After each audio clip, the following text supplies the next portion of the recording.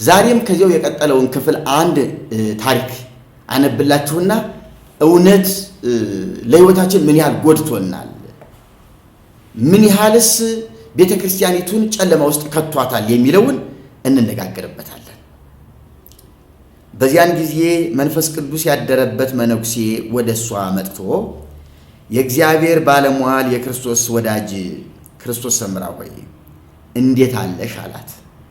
እሷም ሰላም እልህ ዘንድ አንተ ማነህ? ስምህስ ማን ይባላል አለችው። ስሜስ ገብረ መንፈስ ቅዱስ ይባላል አላት። ይህንንም ባላት ጊዜ በጣም ደስ አላት፣ እጅግ አድርጋ ትወደው ነበርና። በዚህ ጊዜ ሰላምታ ሰጠችው፣ እሱም እንደዚሁ ሰላም አላት።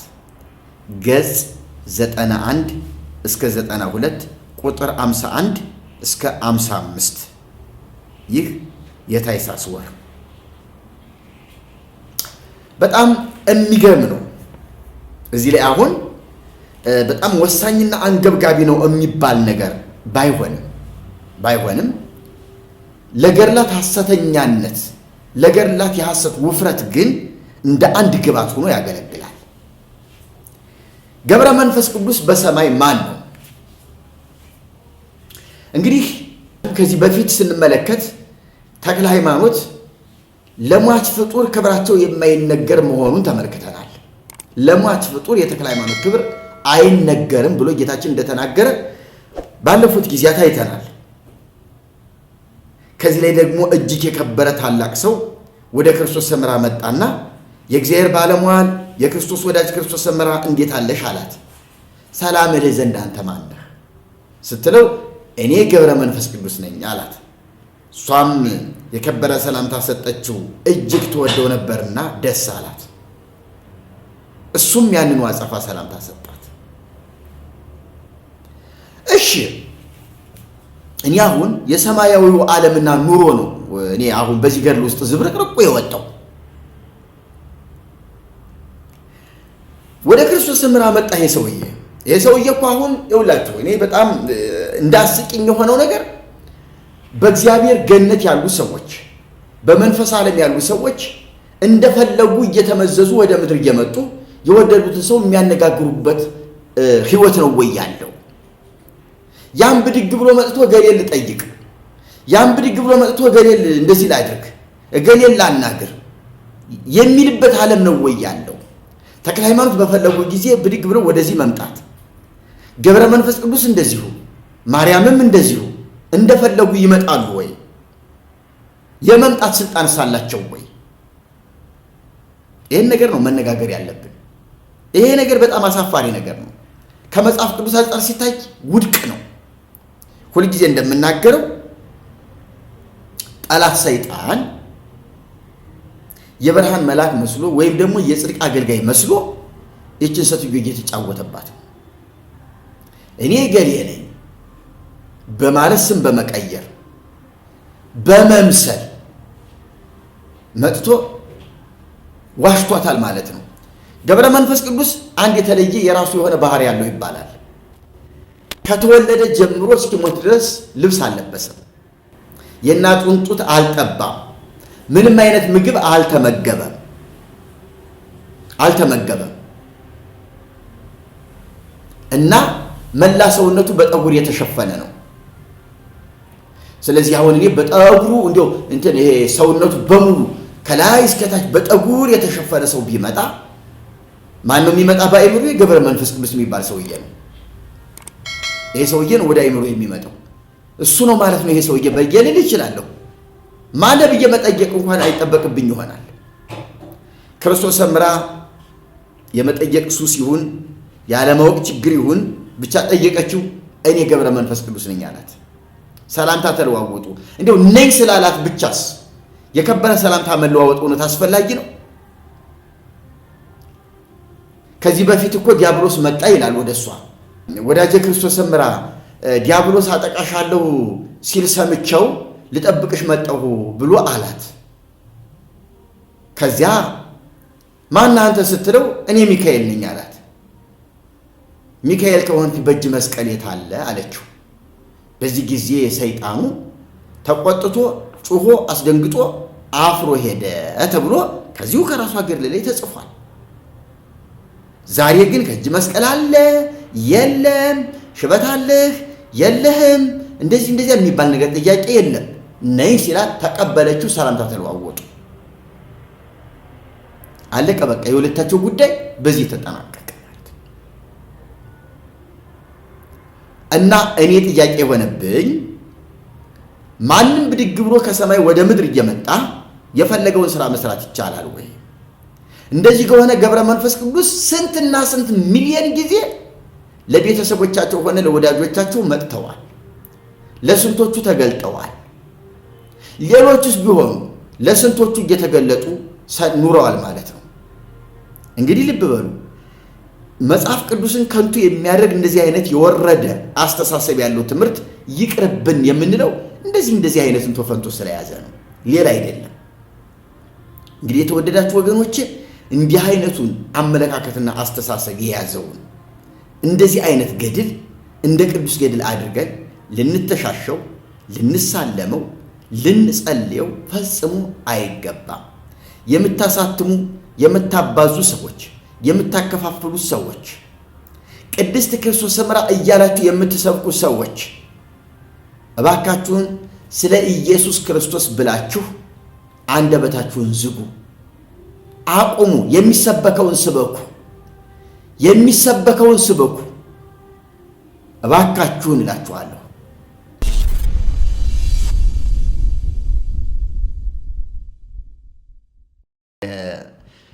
በዚህ በጥር ወር ውስጥ ከዚህ በፊት በሌሎች ፕሮግራሞቻችን እንዳየነው አንድ የተደገመ ወይም ደግሞ ተመሳሳይ የሆነ ታሪክ እናያለን።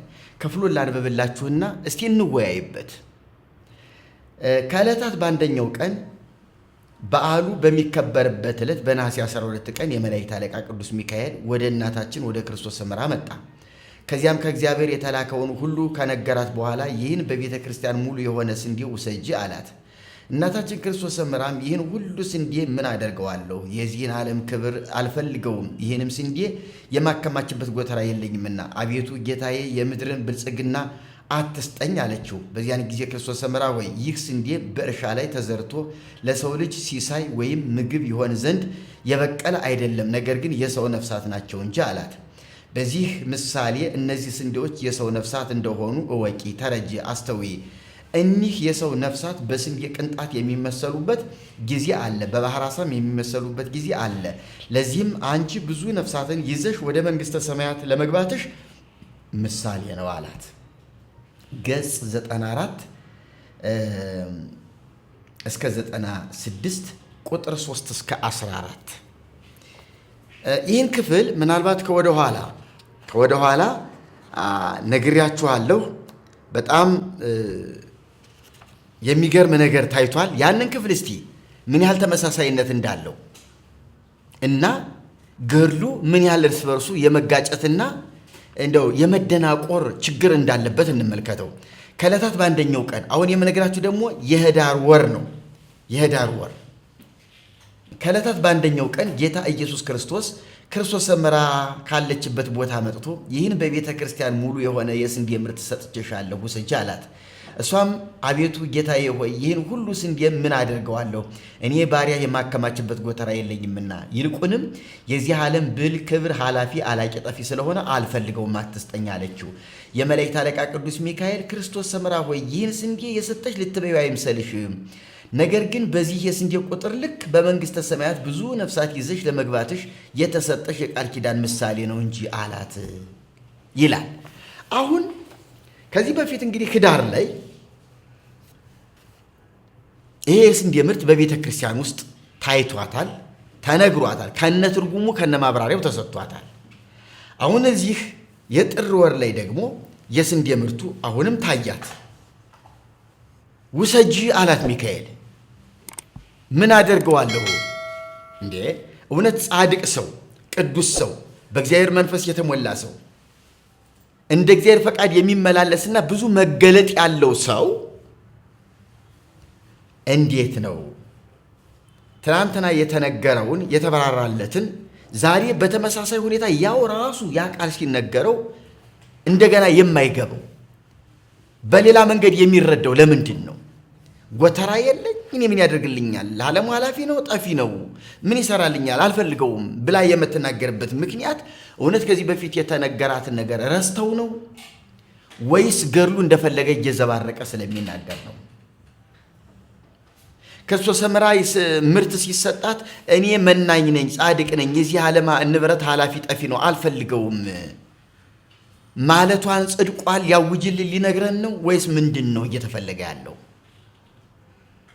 እና እዚህ ላይ ስትመለከቱት አንደኛ ገድሉ በተለይ ጸሐፊው ሰው ዝም ብሎ እንደፈለገ እንዲሁ እንደመጣለት የሚናገር የሚጽፍ ሰው መሆኑን ነው።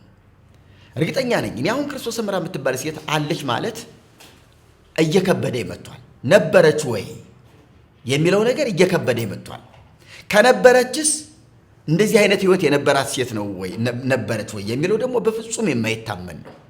ከዚህ ይልቅ እንደው ባብሾም ይሁን በዕፀ ፋርስ የጦዘ ጭንቅላት ያለው አንድ ሰው በመቃብር ቤት ተቀምጦ አንዲት ነገረኛና ታምረኛ የሆነች ሴት በአይምሮ ስሎ ብራና ፍቆ ቀለም በጥብጦ በደንብ አድርጎ እንዲላድርጋት እዚህ ላይ ደግሞ እንዲትሁንልኝ እዚያ ላይ እንዲትፈጠርልኝ እያለ አንዴ ሚካኤልን ሲያመጣላት፣ አንዴ ኢየሱስ ክርስቶስን ሲያመጣላት፣ ሌላ ጊዜ ሰይጣንን ሲያመጣላት እንዲሁ እንደፈለገ አመቻችቶ የሰራትና የፈጠራት ሴት ነው የምትመስለው። እና በጣም ከባድና አነጋጋሪ የሆነ ጉዳይ ነው። እውነት ክርስቲያኖች እውነት የገባቸው የክርስቶስ የሆኑ ሁሉ ተሰብስበው ስለዚህ ሴትዮ ገድሏን አጥንተው በገድሏ ቢመዝኗት ክርስቶስ ሰምራ የምትባል ሴት ጨርሶ የለችም ወደ ማለት ደረጃ ይደርሳሉ ያለምንም ጥርጥር። ብትኖር ደግሞ በስሟ የተነገደባት ሴት ናት። ደራሲው እንደፈለገ በሷ ስም ተነስቶ እንደፈለገ የቃዠውና የቀባጠረው ታሪክ ነው። ወይም ደግሞ ክፉ መንፈስ ሰይጣን ተገልጦ እንዲህ ወይም እንዲያ ብሎ ለአንድ ጸሐፊ የተናገረውና ያወራለት ያም እውነት መስሎት የተጻፈ ነገር ሊሆን ይችላል። በዚህ መንፈስ ነው ሰው የሚረዳው። እውነተኛ ክርስቲያኖች በዚህ መንፈስ ነው ሊያጠኑት ሊረዱት የሚችሉት። ከዚህ ያለፈ ሌላ ነገር ሊመጣ አይችልም። አሁን እንግዲህ የሚካኤል በዓል በሚከበርበት ዕለት ነሐሴ 12 ቀን የመላእክት አለቃ ቅዱስ ሚካኤል ወደ እናታችን ወደ ክርስቶስ ሰምራ መጣ። ከዚያም ከእግዚአብሔር የተላከውን ሁሉ ነገራት። ይህን በቤተ ክርስቲያን ሙሉ የሆነ ስንዴ ውሰጂ አላት። ክርስቶስ ሰምራ ደግሞ ስትሞግት ምን አደርገዋለሁ ስትለው አይ ልትበየው አይደለም፣ እነዚህ የሰው ነፍሳት ናቸው፣ በእነዚህ ልክ መንግሥተ ሰማያት እንድታገቢ ነው። እኔ እውነት ከዚህ በፊት እንደዚህ አይነት ነገር ተነግሮኝ ተተርጉሞልኝ ድጋሚ እንደዚህ አይነት ሙግትና አተካራ መገባበት ሁኔታ የለም። እንኳን ያን ያህል ጻድቅ የተባለች ያን ያህል ትልቅ የተባለች እንደው የትና የት ጽድቅ የደረሰች ሴት ከአስሩ ማዕርግ ነው ከየት ነው የደረሰች ሴት? እኔ እንደ ሥላሴን ማየት ኢየሱስ ክርስቶስን በአካል ማየት እኮ ነጸሮተ ስሉስ ቅዱስ መድረስ ማለት እኮ የመጨረሻው 10ኛው ማዕረግ እኮ ነው። የቅዱሳን 10ኛው ማዕረግ የሚባለው እኮ ነው። እዚህ ደረጃ የደረሰች ሴት እንዲህ ግራ መጋባት ይታይባታል ብሎ ማመን ከባድ ነው። ስለዚህ ገድሉ እንደፈለገ የሚናገረውና የሚዋሸው ነው ማለት ነው። እና ይህንን ጥንቃቄ በተሞላበት ሁኔታ ብናየው ብንረዳው እጅግ መልካም ነው። እንግዲህ ወገኖቼ ገድላት ለትምህርት፣ ለምሳሌነት፣ ለምክር ይጠቅማሉ። የእግዚአብሔር መንፈስ ያለበት መጽሐፍ ሁሉ ልብን ለማቅናት ለጥበብ ይጠቅማል እንዳለው ሐዋርያ የቅዱሳን ገድል እውነተኛው ገድል ይጠቅመናል፣ ይመክረናል፣ ያስተምረናል። እንደዚህ አይነቱ ገድል ግን ገደል ይከተናል እንጂ የትም አያደርሰንምና በእግዚአብሔር ቃል እየመዘን ልንጥለውና ልናወርደው ይገባል የሚል ጽኑ አቋም አለኝ። ክብር ለአምላካችን ለእግዚአብሔር ይሁን። ይህንን እውነት የገለጠልን የቃሉን ደጅ የከፈተልን ከእንዲህ አይነት እንቶ ፈንቶ ወጥተን ወደ እውነተኛው የሕያው አምላክ ቃል እንድንጠጋ ይረዳን። በእውነት እግዚአብሔር ስሙ የተመሰገነ ይሁን። እንግዲህ ሁላችሁም ከዚህ የስተት ትምህርት እንድታመልጡ ነው ማበረታታችሁ መመከራችሁ። ይህንን ፕሮግራም ሼር፣ ሰብስክራይብ እና ላይክ በማድረግ የራሳችሁን ድርሻ እንድትወጡ ነው ማሳስባችሁ። የጥር ወር እስቲ አንዱን ክፍል እንመልከተው። እንደ ርዕስ የሰጠሁት ክርስቶስ ሰምራ 26ኛ ሱራፌል ሆነች። የራሴ ርዕስ ነው። እንዴት ብትሉኝ ለምን 24ቱ ሽማግሌዎች አሉ? 25ኛ ማን ሆነ? 26ኛ ለምን ሆነች? 25ኛ ማን ገብቶበት ነው? ለማን ተሰጥቶ ነው ልትሉ ትችላላችሁ። እስቲ ከማብራሪያው ላይ ብናነሰው ይሻላል። ከሰባቱ ዓለመ ሰማያት በላይ ንጹሕና ጽሩይ ብሩህ የሆነ የዕንቁ ዙፋን ተዘጋጅቷል ወይም ተዘርግቷል። ዙፋኑንም 40ቱ እንስሳ ወይም ኪሩቤል ተሸክመውታል። በዚህም የመንበር ዙሪያ በአራቱም ማዕዘን 24ቱ ካህናተ ሰማይ በመጽሐፍ ቅዱስ ቋንቋ ሽማግሌዎች የሚባሉት ቆመዋል። እናታችን ክርስቶስ ሰምራም እነዚህን ካህናት 6ቱ በምስራቅ፣ 6ቱ በምዕራብ፣ 6ቱ በሰሜን፣ 6ቱ በደቡብ በኩል ቆመው አየቻቸው። በእጃቸውም የወርቅ ጥና ይዘዋል። ሁልጊዜ ያለማቋረጥ ባነዋዋሩ አንድ ለሚሆን አምላክ ሃሌሉያ ለአብ፣ ሃሌሉያ ለወልድ፣ ሃሌሉያ ለመንፈስ ቅዱስ እያሉ በማመስገን መንበሩን ያጠናሉ። እናታችን ክርስቶስ ሰምራም ከነሱ ጋር በመተባበር ዓለሙን ሁሉ ለፈጠረ አምላክ ስብሐት ለአብ፣ ስብሐት ለወልድ፣ ስብሐት ለመንፈስ ቅዱስ እያለች አመሰገነች። ሐዋርያው ጳውሎስ በጌታ በኢየሱስ ክርስቶስ ዘንድ ሁላችሁም እኩል ናችሁ እንጂ ወንድ ወይም ሴት በመባል የጾታ ልዩነት የለም ሲል ተናግሯልና ይላል። ገጽ 103 እስከ 104 ቁጥር 56 እስከ 63 ለየት ያለች ነገር እናያለን። በዛ ካለ ከሁለት እንከፍለዋለን። በአንድ የሚጠቃለል ከሆነ በ15 ደቂቃ ውስጥ እሰየው። ክርስቶስ ሰምራ ወደ ሰማይ ተነጥቃለች። ከዚያ በጣም የዕንቁ ዙፋን ጽሩይ የሆነ ንጹሕ የሆነ ተዘርግቷል። በዙፋኑም 40ቱ እንስሳ ወይም ኪሩቤል የሚባሉ በዙሪያ ሆነው መንበሩን ዙፋኑን ተሸክመውታል። 24ቱ ሽማግሌዎች ደግሞ እያጠኑ እያመሰገኑ ቆመዋል።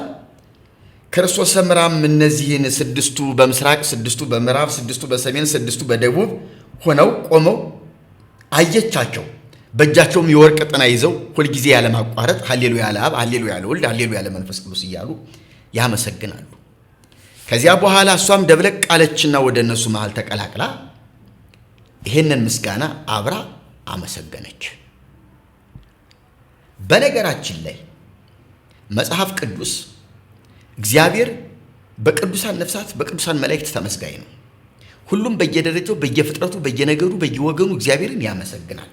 ኃይላት የሚባሉ ሊቃናት የሚባሉ መኳንንት የሚባሉ አሉ። እገሌና እገሌ ብለን የማንቆጥረን የማንዘልቃቸው በነገድና በወገን የተከፈሉ ቅዱሳን መላእክት እግዚአብሔር አሉት። ስማቸው ቁጥራቸው የማይታወቅ መላእክት አሉት። 4ቱ እንስሶች አሉት። 24 ሽማግሌዎች አሉት። ራእይ ላይ ስንመለከት በሚገርም ሁኔታ እነሱ ብቻ በተሰጣቸው የሥራ ድርሻ ቆመው በልዩ ሁኔታ በልዩ አቋቋም በልዩ ስርዓት ዘውዳቸውን አክሊላቸውን እያወረዱ ይገባሃል እያሉ የሚያመሰግኑ ናቸው። ከነዚህ ጋራ በመቀላቀል የሚያመሰግን ከመላእክት ወገን የሚሆን ከሰው ወገን የለም። መላእክት በራሳቸው ዓለም የራሳቸው ምስጋና አላቸው። የሰው ዘር በራሱ ዓለም የራሱ ምስጋና አለው። እንግዲህ ተመልከቱ፣ እዚህ ላይ ወጣ ያለ ነገር የምንመለከተው ለክርስቶስ ሰምራ ለየት ያለ ክብር ለመስጠት ክርስቶስ ሰምራ አብራ የምስጋናው ባለቤት እንደሆነችና ይሄን ሁሉ ሕግና ሥርዓት ጠርምሳ በማለፍ ከዚያ በመቀላቀል የምስጋና ባለቤት ሁና ተመልክተናታል። 26ኛ ያልኩበት ምክንያት አለኝ። ምክንያቱም ከሷ በፊት አንድ ሰው 25ኛ ሱራፌል ሆኗል። ተክለ ሃይማኖት የክርስቶስ ሰምራ ወዳጅ የተባሉት ተክለ ሃይማኖት ከዚህ በኋላ ዕጣ ፈንታህ እድል ፈንታህ ከ24ቱ ሽማግሌዎች ጋር ይሁን ተብለው ጽና ተሰጥቷቸው ጽና ይዘው ከነዚያ ሽማግሌዎች ጋር አብረው እያመሰገኑ ይኖራሉ። መኖሪያቸው ምዙ አብረው ከነሱ ጋር ሆኗል ማለት ነው። ስለዚህ የ24ቱ ሽማግሌዎች ቁጥር በተክለ ሃይማኖት መጨመር 25ኛ ሆኗል። አሁን ክርስቶስ ሰምራ ስትጨመር 26ኛ ሆኗል። ሰላማ ከሳቴ ብርሃንም አብሮ ሄዶ አጥኗልና 27ኛ ሱራፌል አለ ማለት ነው። እንግዲህ የሱራፌል ቁጥር ተበላሽቷል። ቁጥራቸው ከልክ አልፏል። ልካውን ቤተ ክርስቲያኒቱ ችግር የለባትም። 66ቱ መጽሐፍ ቅዱስ እየጨመረች 80 ያህዱ ማድረግ ለሷ አልከበዳትም። ለኛ ጭንቃችን ነው፣ ምጣችን ነው። ምክንያቱም ሕያው በሆነው በእግዚአብሔር ቃል ላይ ማንም እንደፈለገ እንደወደደ የሚጨምርበት የሚቀንስበት ስላልሆነ በ24ቱ ሽማግሌዎች ላይም መጨመር መቀነስ የኛ መብት አይደለም። በስተዋል ሊቀነሱ አንችልም፣ አንሷል እንጨምር አንችልም። 24ቱ እነዚህ አራቱ እንስሶች ዙፋኑ ናቸው። እረ እድሜ ልካቸውን ዙፋን ሆነው እንዴት ይችሉታል? በፈረቃ ይሁን ብለን ሌላ 4 እንስሶች ልንጨምር አንችልም። ሁሉን የሚያውቅ ጌታ ከብቃታቸው ጋር ከችሎታቸው ጋር ሰጥቷቸዋል። ይኖራሉ ደስተኞች ሆነው የተሰጣቸው በልካቸው ባቅማቸው ነው። ምን ነው እያንዳንዳችን እኛም ያንን የመሆን እድልና ስልጣን በኖረን። ግን ነገሩ እንደዚህ አይደለም። ለማንም የሚሰጥ አይደለም። እግዚአብሔር የወሰነውና የሰራው ነው። ለዘላለም ጸንቶ የሚኖር ያ ሕግ አለ። ክርስቶስ ሰምራ ምንም ትሁን የእግዚአብሔር ወዳጅ ትሁን የፈለገ ትሁን ከነዚህ ሽማግሌዎች ጋር ተቀላቅላ ምስጋና ልትሰጥ ልታበረክት አትችልም። በራሷ ዓለም በራሷ አኗኗር እግዚአብሔርን የምታመሰግንበት እግዚአብሔር የሰጣት ክልል አለ። ያንን ክልል አትጥስም። እውነታው ያ ነው። ከዚህ ያለፈ ሌላ ነገር የለም። እና አሁን እዚህ ላይ በጣም እኔ እየገረመኝ ያለው የተጠቀሰው ጥቅስ ነው። ስለ ክርስቶስ ሰምራ የተጠቀሰ ጥቅስ ሂዳ ለምን እዚያ በምስጋናቸው ስትቀላቀል ሴቲቱ እንዴት ከነዚያ 24 ካህናት ጋር እንግዲህ በቤተ ክርስቲያኒቱ ቋንቋ 24ቱ ካህናተ ሰማይ ነው የሚባለው። 24ቱ የሰማይ ካህናት ማለት ነው። ሽማግሌዎች የሚለውን የግዙ ቃል ካህናተ ሰማይ ይለዋል። እስቲ እኔም እንግዲህ ካህናተ ሰማይም ብለው ሽማግሌዎችም ብለው ችግር የለውም። የቋንቋ ጉዳይ ነው፣ አንድ ነው ትርጉሙ። ከነዚህ የሰማይ ካህናት ጋር ክርስቶስ ሰምራ አብራ ስትዘምር ለየት ያለ ነገር ታይቷል። የጾታ ልዩነት ማለት ነው። አሁን ጸሐፊው ግራ የገባው ምንድን ነው? ሴቶች በኦርቶዶክስ ቤተክርስቲያን በተለየ ቦታና በተለየ ስርዓት መቆም ስላለባቸው፣ በተለየ አለባበስ መቆም ስላለባቸው፣ ሴቶች በጉባኤ ዝም ይበሉ ስለሚባሉ ሴቶች የማድመጥ የመስማትና መመሪያ የመቀበል ብቻ እንጂ የማስተማር ሆነ በመድረክ ላይ ቆሞ እንዲህ ወይም እንዲያ የማለት በቤተ ክርስቲያን ላይ መመሪያ የመስጠት ብይን የመስጠት በቤተ ክርስቲያን ላይ በኃላፊነት የመሾም ስልጣን የላቸው። ከዚህ የተነሳ አሁን ክርስቶስ ሰምራ የሴትነት ማንነት ሳያግዳት ከ24ቱ ሽማግሌዎች ጋር ሂዳ አብራ የመዘመር እድል አገኘች። እንዴት ይሆናል? ሴት አይደለች እንዴ ሊባል ነው አሁን እንግዲህ። ስለዚህ የተጠቀሰው ጥቅስ በጣም አሳፋሪና ያለ ቦታው የገባ ጥቅስ። እንዴት ህሊና ያለው ሰው እንዴት እዚያ ቦታ ላይ ይሄን ጥቅስ ይጠቅሳል? ይሄ ጥቅስ ለእንዲህ አይነት አገልግሎት ነው ወይ ትምህርት ሐዋርያው ጳውሎስ የጠቀሰው? እስቲ ካፍታ ቆይታ በኋላ እንመለስበት።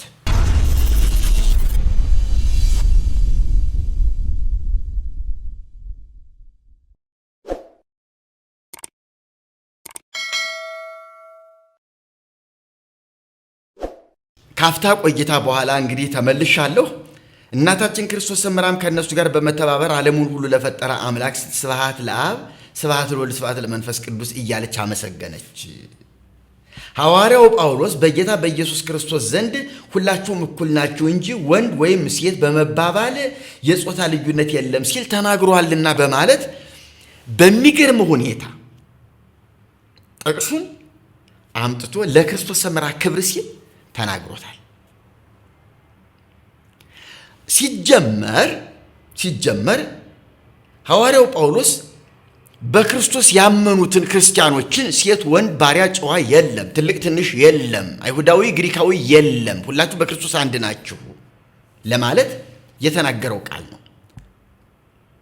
ክርስቶስ ሰምራ ከሽማግሌዎቹ ሂዳ ተቀላቅላ እንድታመሰግን ሴት ወንድ መባል የለም፣ ጾታ የለም ብሎሃልና ጳውሎስ ክርስቶስ ሰምራ ከወንዶች ከሽማግሌዎች ጋር ሄዳ አመሰገነች ለማለት የሚያሳፍር ነገር ነው ያስተላለፈው።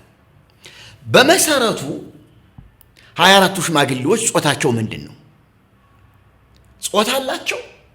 መላእክት ወንዶች ናቸው? ሴቶች ናቸው? ሰው በሰማይ አያገባም አይጋባም እንደ እግዚአብሔር መላእክት ይሆናል ሲባል ምን ማለት ነው? እንዲያው በቅርቡ የምናየው የለመድነው የምናውቀው እንኳን እሳት የሚነደው እሳት ነበልባሉ እሳት ወንድ ነው ሴት ነው? ነፋስ የሚነፍሰው ሽጉ የሚለው ወንድ ነው ሴት ነው? ከዚህ የረቀቁት መላእክት የማይዳሰሱት የማይታዩት የማይጨበጡት መላእክት ጾታቸው ምንድን ነው? እንዲህ ናቸው እንዲያ ናቸው ብሎ መናገር ይቻላል? ስለዚህ ስለ መላእክት ጾታ ባልተነገረበት ውስጥ ገብቶ መላእክትን ወንድ አድርጎ ክርስቶስ ሰምራ ከወንዶች መሃል ገብታ አመሰገነች፣ ለዚህም ጳውሎስ ማስረጃ ሰጥቷል ብሎ አንደኛ ጥቅሱን ያለ ቦታው፣ ሁለተኛ መላእክትን ከተፈጥሯቸው ውጭ በሆነ በራስ አስተሳሰብ እንደዚህ አድርጎ የተሳሳተ ትምህርት ማስተላለፍ ውድቀት። ጳውሎስ በኢየሱስ ክርስቶስ ዘንድ ወንድ ሴት፣ ጨዋ ባሪያ፣ ትልቅ ትንሽ፣ ግሪካዊ አይሁዳዊ የለም ሲል እውነት ነው፣ መበላለጥ የለም። ማንም ቢሆን በክርስቶስ አዲስ ፍጥረት ነው፣ የእግዚአብሔር ልጅ ነው። የእግዚአብሔር ልጅ ነው። በቤተ ክርስቲያን በዚህ በምድር ላይ ማለት ነው፣ ቤተ ክርስቲያን በምድር እስካለች ድረስ ለሴቶች የተለየ ድርሻ አላቸው፣ ለወንዶች የተለየ ድርሻ አላቸው። ከወንዶችም ደግሞ እየተመረጡ ለልዩ ልዩ አገልግሎት እጅ በመጫን እየተጸለየላቸው የሚሰጣቸው ኃላፊነት አለ። ያንን ኃላፊነት ማንም ተነስቶ እንደፈለገ የሚወጣበት የሚገባበት እንደፈለገ የሚዘባረቅበት አይደለም። ተመርጠው ለልዩ ልዩ ኃላፊነት የተሾሙ አሉ፣ እጅ በመጫን እየተጸለየባቸው ማለት ነው። ስለዚህ ቤተ ክርስቲያን ስርዓት አላት። ሴቶች በጉባኤ እንዲሆኑ፣ ሴቶች በቤተ ክርስቲያን እንዲሆኑ፣ ሴቶች እንደዚህ ይስሩ እንደዚህ ያድርጉ ሲባል ስርዓት ነው እየተሰራ ያለው። ምክንያት አለው። ይሄ የማበላለጥ ጉዳይ አይደለም። ጾታን መሰረት ያደረገ አስተምህሮ ነው። ጾታን መሰረት ያደረገ ሕግ ነው። የማበላለጥ ጉዳይ አይደለም እንጂ እኔና እህቴ፣ እኔና እናቴ፣ እኔና ባለቤቴ በእግዚአብሔር ዘንድ እኩል ነን፣ የእግዚአብሔር ልጆች ነን፣ ወራሾች ነን። ስለዚህ ጥንቃቄ የተሞላበት አካሄድ በመሄድ ጥቅሶቹን በብልታቸው በማስቀመጥ ትምህርቱን መስጠት ይጠበቅብናል። እንደዚህ የተወናገረ ጥቅስ ወንግሮ አምጥቶ ለክርስቶስ ሰምራ ክብር ሲባል እንደዚህ ጥቅስን ማለት አስተምህሮን ጭልምልም ማድረግ የተሳሳተ ነው፣ ጽንፈኝነትም ነው። ሲፈልጉ መጽሐፍ ቅዱስን እንደፈለጉ፣ ይሄ እኮ የሚሆን አይደለም። ማንም ቃሉን እኮ እንደገዛ ፈቃዱ ሊተረጉመው አልተፈቀደለትም። ይሄ በፍጹም የሚሆን አይደለም እና ልዩነት የለም ያለበት ምክንያትና ሴት በቤተክርስቲያን በጉባኤ ምን መሆን እንዳለባት መጽሐፍ ቅዱስ በግልጽ አስቀምጧልና ያንን በቦታው ማየትና በዚያ መኖር የግድ ይላል። አሁን የምናያቸው በወንጌላውያን አብያተ ክርስቲያናት ከበድ ያሉ ነገሮች ይታያሉ። እነዚያ ነገሮች ለምን ተብለው ሲጠየቁ አይ ጳውሎስ እኮ ሴቶችን እንደዚያ ዝቅ አድርጎ ያየበት ምክንያት በወቅቱ ሮማውያንም ሆነ አይሁዳውያን ለሴቶች ይሰጡት የነበረው ግምት ዝቅተኛና አናሳ ስለሆነ ያንን ሕግ ተጠንቅቆ ነው ከዚያ አኳያ ነው ብለው ሰበብ ፈጥረዋል። እኔ ይህንን በጣም እቃወማለሁ። ጳውሎስ ስለ ሴቶች መመሪያ መስጠቱን አምነው ከሆነ ያ መመሪያ በትክክል ከመንፈስ ቅዱስ እንደሆነ መቀበል መቻል አለብን። የሮማውያንን ሕግ ላለመጣስ ፈርቶ የአይሁድን ሕግ ላለመጣስ ፈርቶ ለነሱ ተጠንቅቆ እንዲህ ብል እንዲህ ይሉኛል ብሎ ፈርቶ ነው እያልን ከሆነ ግን መጽሐፍ ቅዱስ በእግዚአብሔር መንፈስ ሳይሆን በሰው አይምሮና በሰው ጥበብ በፍልስፍና እየተጻፈ መጽሐፍ ነው የሚሆንብን እና ዛሬም ስንፈራ የሆነ ነገር እየፈጠርን አይ ጊዜው ስለማይፈቅድልን እንዲህ እናድርግ እያል ከመንፈስ ቅዱስ ሐሳብ እየወጣን የራሳችን ፍልስፍና ልናስገባ ነው ማለት ነው። እኔ አላምንም። ጳውሎስ አይሁዳውያንንና ሮማውያንን በመፍራት ሴቶች እንዲሆኑ በማለት በሴቶች ላይ ጫና አላሳደረም። በቤተ ክርስቲያን መሆን ያለበትን እውነታውን ነው ጳውሎስ የነገረን። ለወንዶችም ለሴቶችም ስፍራ የሰጠው ጳውሎስ ስለሚበላ ስለማይበላ፣ ስለ ጣዖት፣ ስለመሳሰለው ነገር ሁሉ ጳውሎስ ሕግ የሰጠው ከሮማውያንም ሆነ ከአይሁዳውያን የሕግ ጥገኝነት አንጻር ሳይሆን በራሱ በተሰጠው ጸጋ በቤተ ክርስቲያን ላይ መሆን ያለበት እውነት እንዲሆን ፈልጎ ነው። ይህን አንክድም። እኔ በእውነት ነው የምላችሁ ጳውሎስ ከሮማውያን ሕግ አንጻር ፈርቶ እንዲህ ካልኩኝ እንደዚህ ተቃውሞ ይገጥመኛል ብሎ ፈርቶ ከሆነ እንደዚህ ብጽፍ አይሁዳውያን እንደዚህ ይሉኛል ብሎ ፈርቶ ከሆነ ይህንን መልእክት የጻፈልኝ ጳውሎስንም መልእክቱንም አልቀበልም። እኔ ግን እንደዛ ስላልሆነ ጳውሎስንም ቅዱስ መልእክቱንም ቅዱስ አድርጌ እቀበላለሁ። በዚያ መንፈስ ስላልጻፈ ይህንን ሐሳብ የፈጠሩት አንዳንድ የፕሮቴስታንት ሰዎች ሴቶቻቸውን ወደ መድረክ ከፍ ለማድረግ ስለፈለጉ ጳውሎስን የተሳሳተ ሐዋርያ አድርገውታል። ጳውሎስ የተሳሳተ ሐዋርያ አይደለም። የማንም ጥገኛ ሆኖ መልእክት አልጻፈም። ይህንን አያለሁ በአንዳንድ አብያተ ክርስቲያናት። ስለዚህ ሐዋርያ የሆኑ ሴቶች አሉ፣ በቤተ ክርስቲያን መሪ ፓስተር የሆኑ ሴቶች አሉ፣ ኤጲስቆጶስ የሆኑ ሴቶች አሉ፣ ትልቁን ቁልፍ የያዙ ሴቶች አሉ እና በሐዋርያነት ስፍራ ላይ የተቀመጡ ሴቶች አሉ። ይህንን እንግዲህ እነሱ ቢያዩት ጥሩ ነው። ምክንያቱም መንፈስ ቅዱስ ነው የቤተ ክርስቲያን መሪና መንፈስ ቅዱስ ስለ እኔ ስለ ሴቷ ምን ብሏል፣ ስለ ወንዶች ምን ብሏል፣ የእኔ ስፍራ የት ላይ ነው ያለው ብለው ቢያስቡ ቢያዩ መልካም ነው ብዬ አስባለሁ።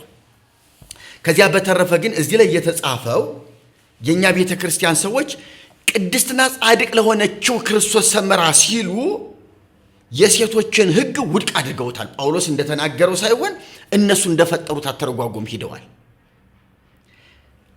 ጳውሎስ በጉባኤ ሴቶች ዝም ይበሉ፣ በቤተ ክርስቲያን ሴቶች ዝም ይበሉ ብሏል። ስለዚህ አሁን ክርስቶስ ሰምራ ሄዳ ልክ ከካህናት መካከል ገብታ አብራ ማጠን ማመስገን ጀመረች። ክርስቶስ ሰምራ ይሄን ካደረገች በሰማይ በምድር ያሉ ሴቶች ለምንድን ነው ይሄ የማይፈቀድላቸው? እሺ ጥቅሱ እንደዚህ ከሆነ ትርጉሙ ነው የኔ ጥያቄ። በኦርቶዶክስ ቤተ ክርስቲያን ሴት የለም ወንድ የለም በክርስቶስ ኢየሱስ ለሆኑ ሁሉም እኩል ናቸው ከተባለና ጭራሽ ክርስቶስ ሰምራ በምድር ሳይሆን በሰማይ ሂዳ ያንን ከካህናት ጋር ስራ ከሰራች ለምንድን ነው በምድር ያሉ ሴቶቻችን እህቶቻችን ጽና ይዘው ሁሉን ነገር በቤተ ክርስቲያን ሙሉ አገልግሎት የማይሰጡ? ለምንድን ነው? ሴት ዝም ትበል ተብሏል፣ እንዲትከናነብ ተብሏል፣ ጠጉሯን ታሳድግ ተብሏል፣ ዝም ትበል፣ ያልገባትን ባሏን ትጠይቅ ተብሏል፣ ምናምን ተብሏል እየተባለ ያ ሁሉ መዓትና ተጽዕኖ የሚወርድባቸው በሴቶች ላይ። እንግዲያውስ ጳውሎስ በቤተ ክርስቲያን ሁሉም እኩል ናቸው ማለቱ እንደዚህ ነው ከተባለ ለምንድን ነው ሴቶች ላይ ተጽዕኖ የምናሳድረው? ለምን ዝም እንላለን? ስለዚህ አካሄዳችን ጤናማ አይደለም። ለክርስቶስ ሰምራ ሲሆን እንደዚያ፣ ለሌሎች ሴቶች ሲሆን ደግሞ እንደዚህ የተቆለፈና የተዘጋ ወንጌል አድርገን ማየት የለብንም ማለት ነው። ይህንን በእውነት ነው የምላችሁ። ቤተ ክርስቲያኒቱ እንደፈለጋት ይሉኝታ ቢስ ሰው ምን ይለኝ፣ ያነበበ ምን ይለኝ፣ እግዚአብሔር መንፈስ ቅዱስ ምን ይለኝ ብላ የማትወቀስ ቤተ ክርስቲያን ናት እያየናት ያለችው። ለክርስቶስ ሰምራ ገብታ ማጠን ትችላለች፣ መቀደስ ትችላለች፣ ማቁረብ ትችላለች። ከካህናቱ ጋር እኩል ሆና የፈለጋትን ማድረግ ትችላለች። ለእሷ ሲባል ጥቅሱ ሁሉ ተጣመመ። ሴት እኮ ሴት ናት። ሴት ከሴት ምንም ልዩነት የለው። በጾታ ጉዳይ ሴት ሁሉ እኩል ናት። እኩል ከሆነች ደግሞ ክርስቶስ ሰምራ ያደረገችውና የተፈቀደላት ለሌሎች እህቶቻችን ሊሆን ግድ ነው። ይሄ ካልሆነ ደግሞ ሁሉንም ሴቶች በአንድ ሚዛን መመዘን፣ በአንድ እይታ ማየት አስፈላጊ ነው። እኔ የማምነው የምቀበለው ይሄን ነው። የተወደዳችሁ የእግዚአብሔር ልጆች ይህንን እንግዲህ በጤናማ መንፈስ እንድትመረምሩልኝ እንድትመለከቱልኝ እፈልጋለሁ። የዛሬውን ፕሮግራሜን በዚህ አጠናቅቃለሁ። በሚቀጥለው ደግሞ በቀጣይ ርዕስ እስከምንገናኝ ደህና ሁኑልኝ። እግዚአብሔር ይባርካችሁ፣ ጸጋውን ያብዛላችሁ።